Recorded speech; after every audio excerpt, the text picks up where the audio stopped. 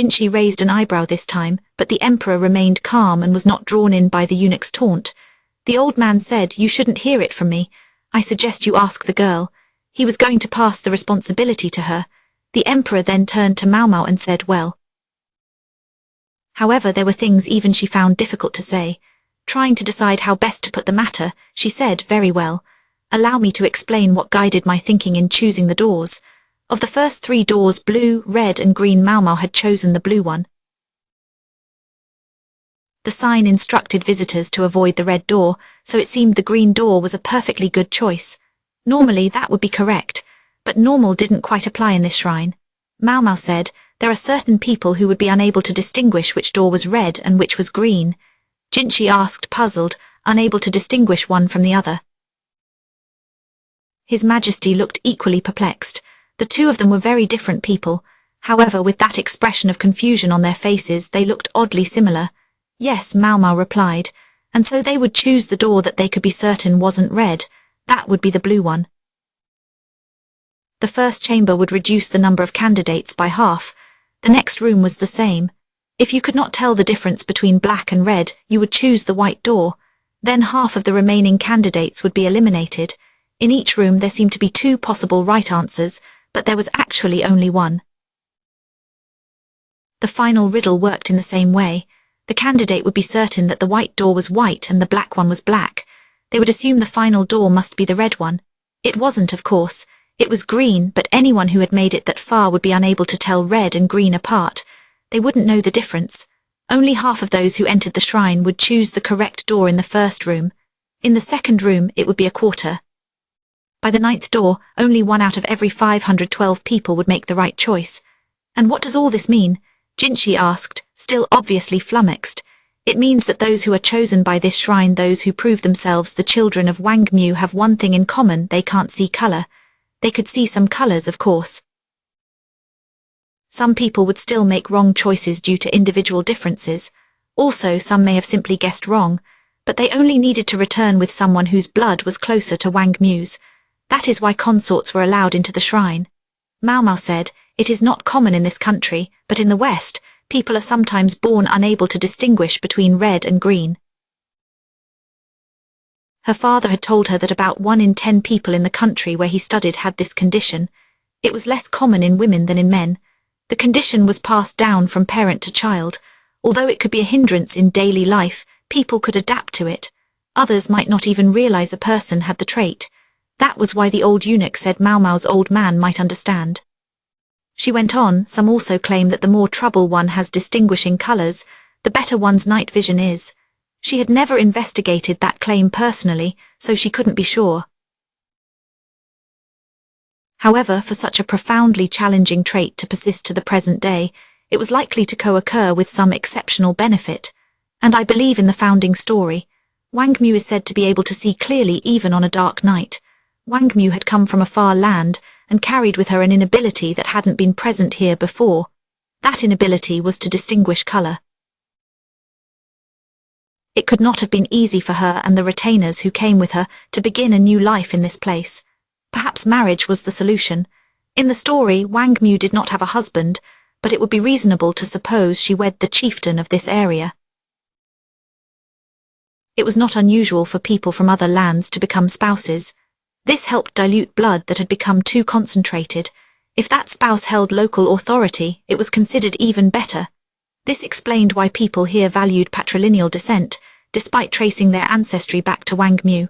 However, Wang Mu, or perhaps someone who came with her, did not want lineage alone to determine succession. Instead, while continuing the chieftain's bloodline, a different method was created. This new method would discern whether a person had inherited Wang Mu's blood. The method was called the Shrine of Choosing. The passage of time slowly warped the truth of the matter. When strange people with strange technology arrive in a new place, they are absorbed into the local population over time, generation by generation. A simpler method to preserve their history was to leave a written record. Wang Mu's story was written down in characters the local people didn't know. As those who had witnessed their arrival died out, the story became accepted as the truth. A conquest that was patient and peaceful. Not that I can tell them that, Maomao thought. She proceeded to explain all of this to Jinchi and the emperor, passing over the most inconvenient parts. They might look askance at a few of the things she said, but she doubted they would pursue the matter too closely. Nor did she want them to. Everyone would be happier that way, so Maomao carefully explained the story, avoiding anything her old man wouldn't have told them. Are you saying the blood of Wang Mu doesn't flow through my veins? It is true that my mother wasn't of royal lineage, and neither was my grandmother, the empress regnant. Maomao shook her head. This shrine exists to confirm the blood's presence, not to prove its purity. A characteristic seen in a parent may not always appear in the child. Of course, there was also the possibility that the emperor's mother had been unfaithful, but she would likely keep that secret. Allowing the blood to become too concentrated can also create serious problems. All of the former emperor's older brothers had died of the same epidemic, along with many other close relatives. Perhaps this is the result of trying too hard to please the shrine. When Maomao finished her explanation, she heard clapping. The old eunuch was applauding. I never once imagined a girl like this would truly solve the riddle, he said. He could be rude at times. It is said that Wang Mu came to rule this land because of her unparalleled wisdom. Only a truly keen intellect could devise a shrine like that as a means of maintaining her bloodline. If you wish to further thin the blood, might I suggest taking someone like this young lady into your retinue? Excuse me, what was that doddering old coot thinking? Maomao wanted to pull off a shoe and fling it at him. Amusing as that might be, I would rather not make an enemy of Lacan. And perhaps more importantly, her chest would have to grow about another 15 centimeters first. First, just how intimidated was he by the fox strategist? Second, really, the old eunuch said, I grant there are many who wouldn't smile upon it. He looked into the distance for a second, then glanced at Maomao. Do be wary, I'm well aware, the emperor said. I know you are, Majesty, the eunuch said, this time looking at Jinchi. Do be wary, he repeated. Jinchi nodded without a word. Just who is this guy? Maomao wondered, was he simply a eunuch who had found favor with the emperor? It did not matter. Maomao foresaw nothing good in knowing the answer. Perhaps it doesn't matter who he is, she would leave well enough alone. Ignorance, as they said, was bliss. She was ignorant of something else as well, however. She would yet have cause to regret what she didn't know. Chapter 13, The Empress Dowager. Maomao was thrilled. She could hardly have been happier indeed. Behind her, Hongyang and Yinghua stood looking intimidating. Really, right here? Maomao asked, watching Hongyang carefully. Yes, have a good hard think about what you did, the chief lady-in-waiting replied with a snort. Maomao's eyes began to brim with tears and she clasped Hongyang's hand. Thank you so much, she said, bowing deeply. Wait. Maomao, oh, this is the exact opposite of what we wanted. Maomao, paying no heed to Hongyang and Yinghua's dismay, veritably flew into the storage shed. This would be her room from today forth. Don't you think that's a little harsh, Yinghua? Gyuan asked as she poured some tea. She offered the tea along with a snack to Yinghua. I thought so too, but it's her own fault, Yinghua replied, managing to purse her lips and sip her tea at the same time. Today they were having a sweet-smelling fermented tea from the west. Someone said we kept telling her to stop, but she wouldn't listen. We know she was out collecting bugs again. She glared at Maomao. Hongyang had thrown out all the fruits of Maomao's efforts, it seemed. Maomao only cocked her head. She had stopped trying to gather lizard tails. She realized work could not get done around the Jade Pavilion if the ladies-in-waiting kept fainting. What are you talking about? She asked Yinghua, genuinely surprised. I stopped after the thing with the lizard. There's talk, Yinghua exclaimed. We heard a strange lady was going around the rear palace collecting bugs and laughing like a maniac. Maomao didn't say anything, but Yinghua and now Gyuan too both looked scandalized. This was clearly some sort of misunderstanding. I don't do that, Maomao said earnestly. Yes, she had collected moths recently, but that had been for work. She hadn't gone after any other bug since then, or any lizard. And if I did do something like that, it wouldn't be bugs I was after. It would be herbs, but you admit you would be maniacal about it. Yinghua and Gyuan looked thoroughly exasperated as they studied Maomao. Of late they had finally started to grasp her true nature. GRR, she knew that look. They did not believe her, but it was true. Maomao had been laughing because she found some medicinal herbs.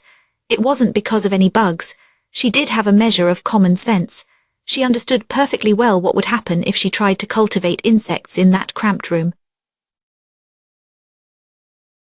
It was summer, it would be a catastrophe. Maomao frowned and balled her hands into fists. This was a very grave situation. She thought she knew who was really responsible. Huh, is Hihui crying? Xirolan asked, her mouth full of peach bun. Maomao offered her a bamboo cylinder filled with sweet tea and nodded. They were chatting and snacking behind the laundry area, as usual. Maomao had asked Xirolan to write a few characters in the dust. She wanted to be sure the girl was paying attention in class. She certainly was. That Shisui is a very changeable person, Xirolan said, drinking some tea. Perhaps her recent studies had introduced difficult words like that into her vocabulary. She hopped down from the barrel she had been sitting on and walked toward some palace women chatting near the well. Hey, do you know where Shisui has been lately? Maomao asked as she went after her. The three palace women greeted Xirolan with a friendly tone, though they stiffened slightly when Maomao approached. This reaction wasn't unusual. Xirolan and Shisui were the only women who enjoyed talking to Maomao because of their strange tastes. She is an odd one of the ladies said. Just when you think you've seen her, it's like she's gone again. You know, I feel like she's been around. Yeah, me too. The one thing they seemed sure about was that they weren't sure. Ooh, where? Tell me pretty please. Xirolan, with no fear of anyone she might be talking to, began to pester them mercilessly. The three ladies exchanged glances. They seemed hesitant to speak. They were likely feeling sensitive about having Maomao present. Her clothing was different from theirs. It remained simple and allowed for easy movement. However, it wasn't one of the standard uniforms the rear palace provided to its staff. No, she wore clothing given to her by her mistress. It was fitting for an attendant of one of the consorts. Those outfits created an invisible but uncrossable barrier. It separated those who attended the consorts from those who did not. Shoot, Maomao realized she should have kept her distance. Some of the palace women were unfriendly toward those who served the consorts. However, many of them were simply quiet, afraid that sharing the wrong rumor might cause trouble. Few people were as carefree as Xirolan, so what should be done now? She could have lightened the mood with some snacks, but she had given everything she had to Xirolan already. Maomao felt in the folds of her robe, wondering if she was carrying anything that could work as a bribe instead of food. Ooh, she thought as she ran across one particular item. If any of you have any details, I might find my way to giving you this. It was a lovely piece of cloth, pleasant to the touch and faintly perfumed. It was technically a handkerchief. However, the material was so fine that with a little imagination, it could be practically anything. In fact, Jinshi had given it to Maomao when she injured her cheek. She was thinking she might be able to sell it to the quack doctor at the medical office. She did not want to spend too long thinking about any interest in men he might have. She might get a few coins out of him for something that had belonged to the gorgeous eunuch. Is that it looks like silk, doesn't it? Most unsuitable material for a handkerchief, I dare say. One of the women took the cloth and brought it to her nose. Then her eyes went wide. This smell, it can't be, can it? Maomao turned toward the woman with a slight smile on her lips, though she didn't let it reach her eyes. I'll leave that to your imagination. She feared saying Jinshi's name directly would be counterproductive. She wanted them to get a sense of the idea and fill in the rest themselves. The woman with the sensitive nose was mumbling to herself. Wait. But could it really be him? Could it be his? Maomao wasn't sure who she was thinking of, but she noticed someone was interested. When the other two ladies saw the woman's reaction, they each took a turn sniffing the handkerchief. Maomao folded the cloth neatly and said respectfully, "Perhaps you could share your insights first." The palace women told Maomao they had spotted Shisui among the unkempt groves in the northern quarter. That made sense. That was where Maomao had run into her before. It was apparently a favorite spot of hers. Maomao went there and sat down among the trees. It being summer, there were a lot of noisy insects. She could forgive the cicadas crying all around, but she crushed a few mosquitoes that buzzed irritatingly past her ear. She thought she should have brought a little burner to keep the mosquitoes away. They used mugwort and pine needles to produce a thick smoke that kept the bugs at bay. A lamp was always burning at the Jade Pavilion because Princess Lingli was still very young. The area around the woods was not tended very carefully. Maomao saw all kinds of things growing there, such as pampas grass and a bevy of red flowers.